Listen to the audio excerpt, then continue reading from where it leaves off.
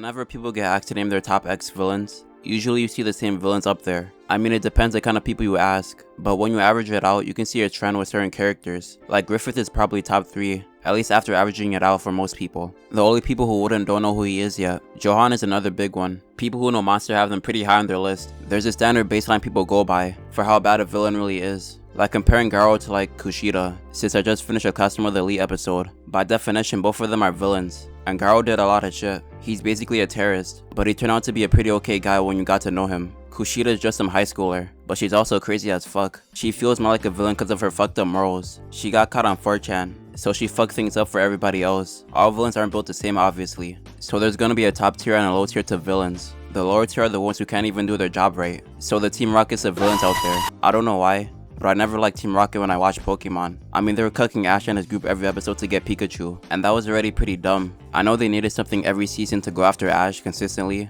but he had like 50 other Pokemon on standby that were probably worth more. And they had a cat that could physically talk. That could be legendary Pokemon level, or just under it. So I don't know why they're so pressed about getting a Pikachu, but that part didn't really matter to me. It still didn't really make any sense, but they needed something for Team Rocket to go after every season. But that's all they ever did. Seeing how they can fuck up Ash's or somebody else's day, that shit was kinda sad, I'm not gonna lie. It would've been cool seeing them do their own shit on the side, and not breathing heavy over a starter Pokemon. But that's the low tier of villains. In the middle to the upper middle, you got people like Pain, Dio, Sukuna. Those kinds of villains are like the industry standard. That's where most shonen villains are, from mid to upper middle. The only reason I don't say they can get to the higher level is because shonen has limiters on what they allow. All those villains are pretty bad people, but they can't really push it all the way to sell how bad they are, if that makes sense. The difference between the mid and the high tier ones, at least for me, is that when I think of like Dio or Sukuna or any shonen villain, I see them as cool characters or cool villains. Like I appreciate what they added to the story. For the higher tier ones, you really just hate everything about them honestly. Sukuna is a pretty fucked up person and everything, but I still think his character is cool, so I fuck with him.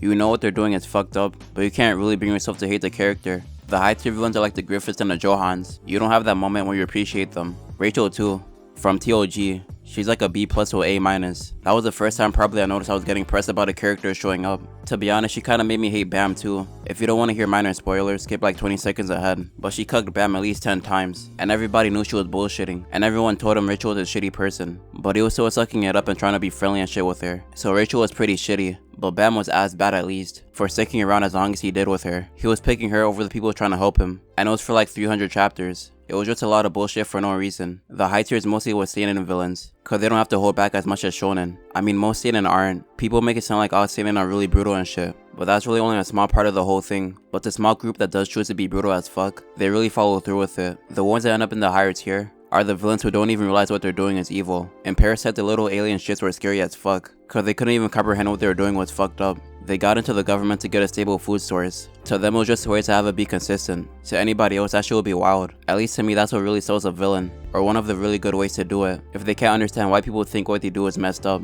And most people probably agree, cause whenever people make a list, it's always the same villains. On one of my older videos, I was talking about a samurai manga that I found by accident. I was going over what it was about and everything, and then like 2 days later I finished it. If you never read it, you should. It's one of the best samurai anything I've seen, but I want to highlight the villains they had in it. Well, really only one of them. All of the villains are good, and it does a really good job of using all its characters. But there was one that stood out a lot. There's another one people would probably also put into the high tier, with the Griffiths and Johans, but it definitely has at least one in that tier. His name is Shira. Out of all the messed up shit in the manga, 60% of that is him. In the other video, I mentioned how they add good and bad people in both extremes to mix it up. His character intro was him feeding one of the MCs a dog they made friends with the other day, so you could probably guess what side he was on. I'm just gonna be straight up, he was an evil ass nigga. At first he was just a side villain, and it kinda looked like he would be a one-off character, but after that whole thing was over, he came back and they had to deal with him again, and again, and again. It kept escalating more and more, and then he snatched Manji's arm and became the final villain of the story. At least for Manji. Shira is not like the other high tier villains I mentioned. He knew what he was doing and knew that it was fucked up. The other villains don't realize how fucked up the stuff they're doing is, or they try to cope and tell themselves that it's a good thing. Shira could piece together that butchering people wasn't really helping the community out. It's just that he didn't give a shit. He was enjoying what he was doing, and that was what really mattered to him. One time he went on a rant about smashing girls while cutting them up, like he was trying to put people onto some new trend. In a way, he might be worse than villains that don't know that they're bad. He's just built differently, in the worst way possible. The only good thing he did, which is still a pretty big stretch, is telling the kid with him to not care about revenge. But I mean, he manipulated and did some fucked up shit to that kid too, that I don't think I can say here, so I kinda liked him at the start too, but over time, he's just a guy nobody fucks with at all. Most villains have transitions, like bad to neutral, or bad to good sometimes, but Shira was consistently shitty the whole way. He went the extra mile to be a shitty person, even compared to most other villains, because of how much he liked it. I mean, that's the price you paid to get into the higher tier, so it is what it is. If you enjoyed, go watch my other shit about anime. That's all I have to say though. Peace.